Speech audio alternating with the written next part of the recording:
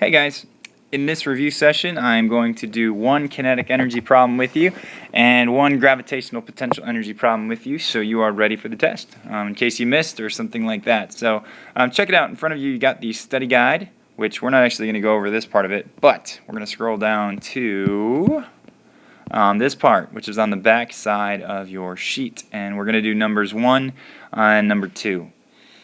Starting off with number 1, it says calculate the kinetic energy of a 200 kilogram cart moving at a velocity of 5 meters per second. And right now I just went through and I identified everything that was important in this problem. So straight up it says calculate the kinetic energy. So we obviously don't know what the kinetic energy is, and that's what we're looking for.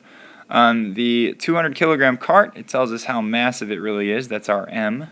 And then it says it's moving at a velocity of 5 meters per second, and that we know is a velocity because of the meters per second. It's a distance over a time, therefore it is a velocity. Okay, so the first step is identifying everything.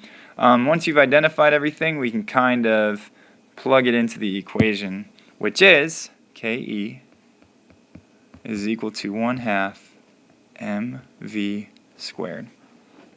First step is honestly, actually second step, is memorizing this equation. If you don't know this equation for the test, you're going to be in trouble and probably honestly lose like 10% of your test grade. So anyway, let's plug stuff in. Ke is equal to 1/2. The 1/2 doesn't change, it's just part of the equation. M was 200 kilograms. Alright, and then our V was actually 5 meters per second. So we're going to plug that in. But the thing is we've got to square it. Biggest mistake middle schoolers make on this problem is that they forget to square the velocity. So we need to actually square that first according to handy dandy little PEMDAS. Alright, if you remember, P is parentheses. There's nothing to do in our parentheses, so we're going to skip to exponents, which is the E. We've got to actually square this first. Okay, so that means writing out another step, which is a little different than what we've been doing. So Ke is equal to 1/2 times 200 kilograms. We don't do anything yet with multiplication.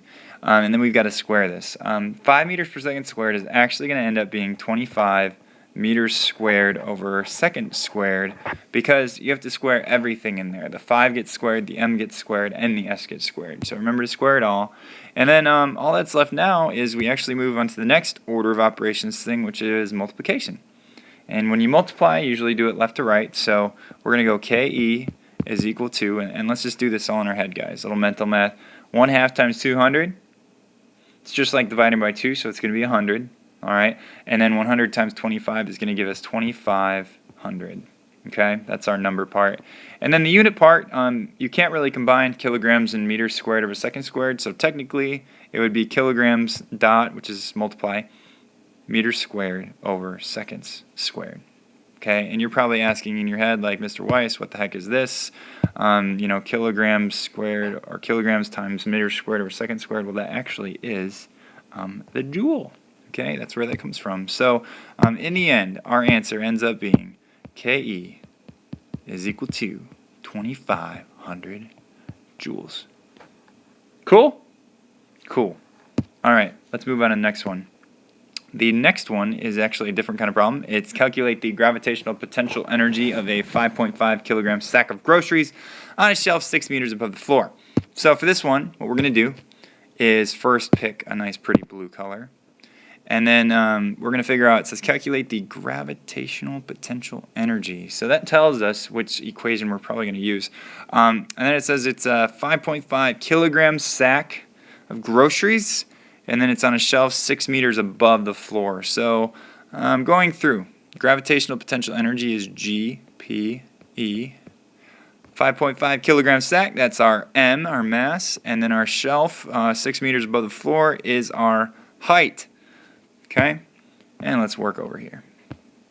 It's actually, we've got everything we need except for one thing, and we start with our equation. GPE is equal to mgh. Okay, we've got our M, as you can see here. We've got our H, as you can see here. But what the heck is G? Well, G is actually the acceleration of gravity on Earth.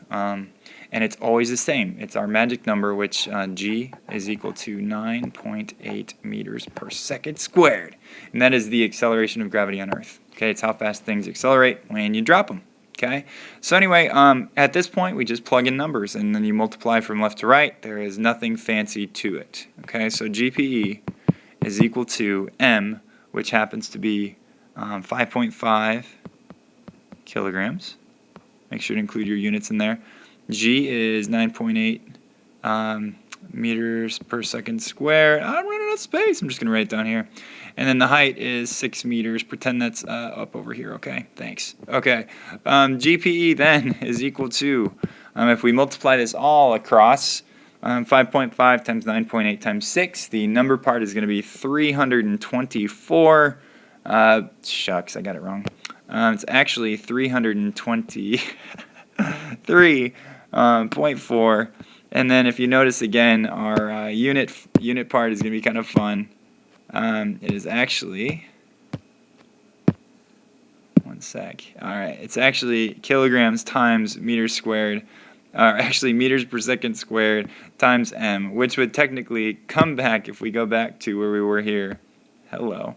If you combine all that together, you actually end up getting kilograms times meters squared over second squared, which is again the same thing as the joule. So we're just going to leave it at that. All right, and our answer is going to be 323.4 joules. Cool? Cool. All right. Good luck on the test, guys. We'll see you tomorrow.